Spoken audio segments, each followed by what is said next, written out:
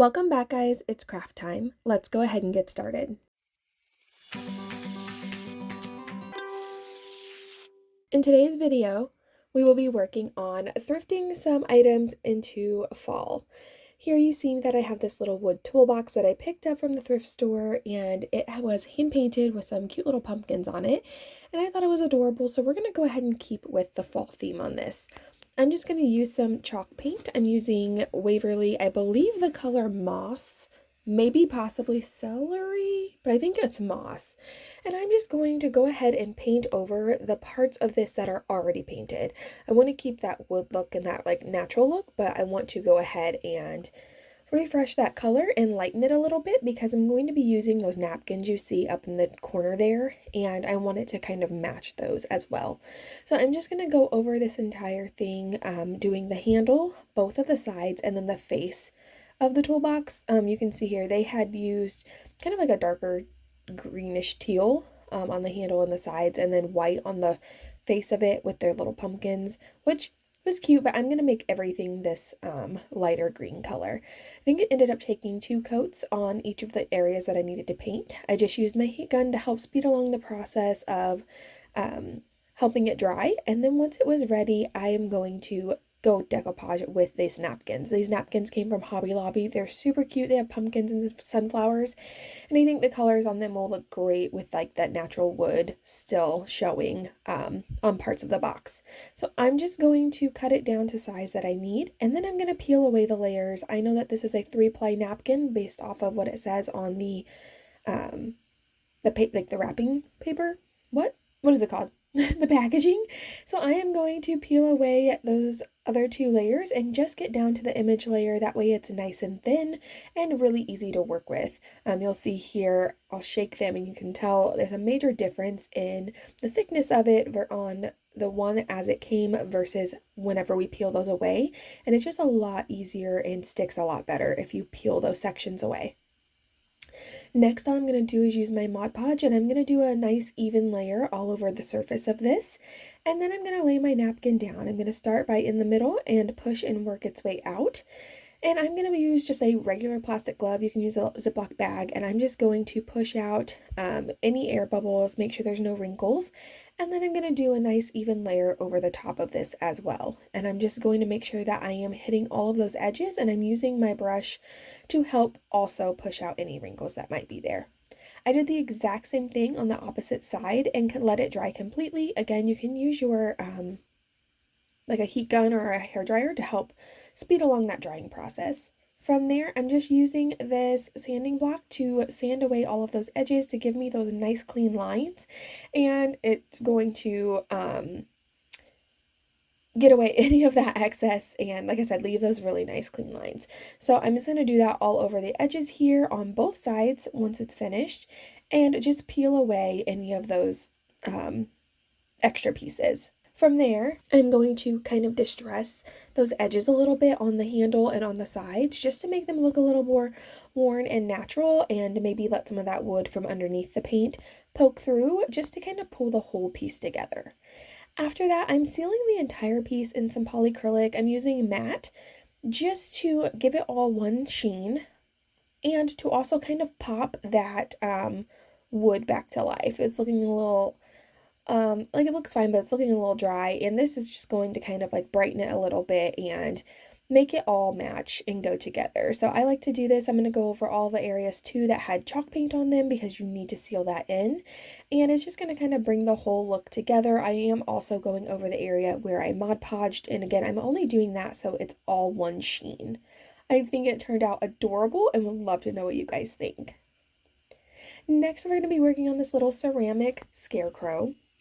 I'm just going to remove the tags and give it a nice good cleaning. He's pretty dirty. He was just sitting on a shelf at the thrift store for a while, so we're going to use a damp paper towel and wipe him up, get in all those crevices and get all of those little dirt patches and dust patches out, and then we're going to start doing some wax on him. So this is a super easy flip. I love finding these little statues and stuff. They're so cute, but sometimes they just look a little down and need some help. So I'm going to use some clear Waverly wax. And then you can do this with any color you want. I am using black because I want to make him a little spooky and more Halloween-y. And I'm just going to put a couple drops of that paint in there, mix it up, and now I have black wax. As long as you have more wax than paint, this should always work for you. I'm simply going to paint this on, getting in all of those details and all of those crevices that are in this ceramic piece. And then I'm going to very gently wipe it back off with a paper towel. So I'm basically going to work in sections. I'm going to start with his hat and his head, and I'm going to paint on the black wax that I made. Then, once I have good coverage everywhere, I'm going to take that paper towel and I'm going to very lightly dab on all of the raised areas. I don't want to push to where I'm down in those creases. We want the wax to stay in all those lines and divots because that's what's going to pop those details out. Now, if you didn't want this to be like a Halloween-y or make it darker, you could do this with like an off-white or like a cream color and get that down in those lines, and that's going to brighten him up some. But again, I kind of want to go for the Halloween theme, make him a little darker. So I am just simply going to work in sections. You can see there how much it popped. And I'm going to paint it on, making sure I'm pushing down in all those crevices, getting that down in all those lines and all those details, covering him fully, but again, working in sections. If you don't work in sections, the wax could dry on you too fast and it's going to be really hard for you to get it back off. So just work in small sections, paint it all on, and then use a paper towel or like a kind of dried out baby wipe or a cloth or something. And well, be careful with a cloth. It could leave like little fuzzies on him, but you're just going to paint it on and then use something like that to dab it off. And then if you have a piece that has like a lot of like little crevices where you can't get back in there to get the wax off, you can use a Q-tip. If the tip of the Q-tip is still too big, you can break off like the cotton part of it and just use the stick of the Q-tip to help get into those like more small areas. For me, he doesn't have a lot of small areas on here, so I'm just folding the paper towel and where I have a point, just kind of rubbing that in those like creases. So from there, as I work towards the bottom, I am running out of room to hold him. He has a hole in the bottom, so I'm just going to put my fingers in the hole and finish from there. But I just want to warn you, if you don't have a better way to hold, let it dry completely and then finish it, because if you don't do that, there's a good chance that you're going to leave fingerprints on your piece. You can't touch the wax when it gets tacky. You have to let it dry fully or else you're going to leave fingerprints in the entire thing. And that is as easy as this flip is. We're just going to do the wax on him, and I think it pops his details out so much better. He looks so bright, and then it leaves this like nice shiny sheen over him, kind of just brings him back to life. So as easy as this is, it's very powerful, and I love it and would love to know what you guys think in the comments below. Last but not least, we are going to be working on this pumpkin stack that I picked up from the thrift store, and the tag on the back tells me that it came from Hobby Lobby originally. So if you want to do this exact pumpkin stack, you can go see if they have it there. If not, you can kind of recreate this by getting pumpkins from like Dollar Tree or your other craft stores and creating the stack yourself. You would just need pumpkin stacks of different sizes, like the one on the front that has like that kind of like design on it. You could use those sticking like tiles from Dollar Tree and cut it down. You can use paint, you can like do beads, or you can just keep it simple, but there are other ways to make a pumpkin stack other than just buying it as is. So here you're just seeing me, I already took off the tags. I removed that string, the twine that was across the front. I want to keep it, so I didn't cut it. I just kind of popped it out from underneath the staples so I can put it back when I'm done. And then I did try to take that big pumpkin off the back because it would have made it a little bit easier for what I'm doing next, but they stapled it together really well. So we're just going to leave it and work around it. I'm going to start off with this front little pumpkin that has these little beads on it. It's really cute, but it's very plain. So I'm going to mix up some of the orange and white chalk paint and make like a lighter orange to go on it. And I'm just going to paint this up, giving it full coverage, getting in between all of those little beads, making sure I cover up any of those areas because I want it to be fully orange. And then I'm also going to very carefully paint the sides of the pumpkin orange as well, so that you can see it from, like when you see it from different angles, it's not just the face that was done. But again, I couldn't get it apart, so I had to do this carefully not to get paint on any of the other pumpkins. Once that's done, I am going to be using another napkin that I got from Hobby Lobby. They have some beautiful choices this year, and I'm going to Mod Podge it onto that, or decoupage it onto that back pumpkin. Again, I'm peeling away the layers so that it's easy to work with, and then I'm going to kind of maneuver it around here. It's making it a little harder that I don't just have one flat surface to work with, but it's doable. So we're going to put down our Mod Podge on all the areas that we want that to stick. So I'm even going up behind that small pumpkin in the front. So I'm going to tuck my napkin down in there as far as I can get it so that, you know, if you look from the side or from the top, it looks like it goes all the way down.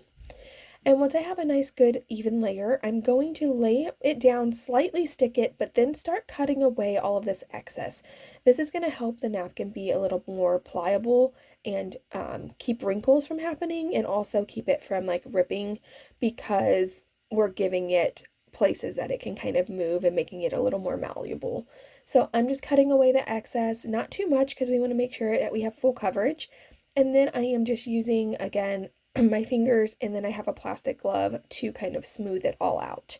Once I have it down in all those edges where I want it to, I cut away all the excess around the large around the pumpkin, just to make it, again, easier to work with. And then I'm going to go in and do a Mod Podge layer on top, and I'm going to do it nice and heavy on this because I want to make sure it stays.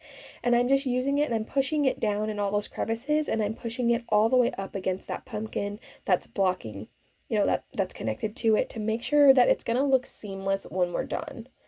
So I did it off camera, but I also did a part of the napkin at the very bottom because you can see that big pumpkin sometimes from the front, and I want to make sure that it looks like I did it all the way through, that it's one piece and not pieced together or has missing sections. Here you just see me using some of that same chalk paint from earlier. I'm using some of the white with a little bit of orange on it, and I'm just rubbing it on there to give a little bit of highlight and pop that detail out without doing too much. I'm just doing a dry brush technique where I barely have any paint on there, and I just kind of rub it on until I was happy. And once that's done and dry, we are going to go back in with our sanding block and do the same thing we did as the first project. We're going to sand away all those edges that we are able to get to give those nice clean lines. And then from there, we're going to be using an X-Acto knife to cut away the excess. I'm right now working behind that pumpkin and then up against this other one. And as I'm doing up against this white pumpkin, I'm using the blade and not only cutting, but kind of pushing the paper in behind that pumpkin. That way it looks really seamless and like it was always there, and there's not going to be any gaps or issues with you being able to tell that, like, oh, like there's a missing piece, she clearly added this on. So I'm going to do that, and then any of the paper that got stuck to that pumpkin edge where I don't want it, I'm just using the blade and kind of scraping it off. Once I'm happy with that, I'm going to come back in with the Mod Podge, and I'm going to hit all of those edges, especially the ones that I cut with the X-Acto knife, to make sure that they're going to stay in place and they're nice and secure now that they're cut down to the size they need to be. And I'm just going to really tuck them in, make sure that they look pretty seamless. I'm going to go up under the pumpkin as well. And then, why am I off frame? Great question. I wasn't really paying attention, but I'm going to use that Mod Podge to seal up that chalk paint on that orange pumpkin as well, because chalk paint always needs to be sealed, and I just wanted both that back pumpkin and this front pumpkin to have the same sheen. So I went ahead and used Mod Podge on that. Next, I want to tie some jute around these stems on the two pumpkins that I just worked on. I'm going to leave the white pumpkin alone. I like the way that the white pops off from the back of that pumpkin. I think it's like has really good contrast, so I'm going to leave it. But for these other two, I'm just going to add some hot glue to the back of the stem, and I'm just going to wrap this jute twine around, making sure that every time I wrap it, it hits hot glue. That way I know it's not going to unravel at any point. It's going to stay in place, and just making sure it's nice and tight. There's no gaps in the front. And then whenever I get to the top, I'm going to put a big glob of hot glue. Not too much because you don't want it kind of seeping through, but I'm just going to twist that twine in a circle until it's completely covered and very seamless. Now, the smaller pumpkin in the front was a little harder because I couldn't, there was something in the back, so it made it a little harder, but it also is kind of curved. So you can do the same thing, you just have to take a little bit more time to do it because it's not as easy to wrap those like curved ones, but it is doable, so just be patient with yourself, and like I said, use your hot glue to your advantage to make sure that's going to stay. And then I'm just going to put this jute right back across the front. I am just going to hot glue it in place so that it'll stay there, and then I'm going to use my staple gun to staple it back. I love how this turned out and would love to know in the comments below what you think. Tell me which project was your favorite. Give this video a thumbs up if you enjoyed the content. Consider subscribing to my channel. I'm going to take you in for a closer look, and I'll see you next time.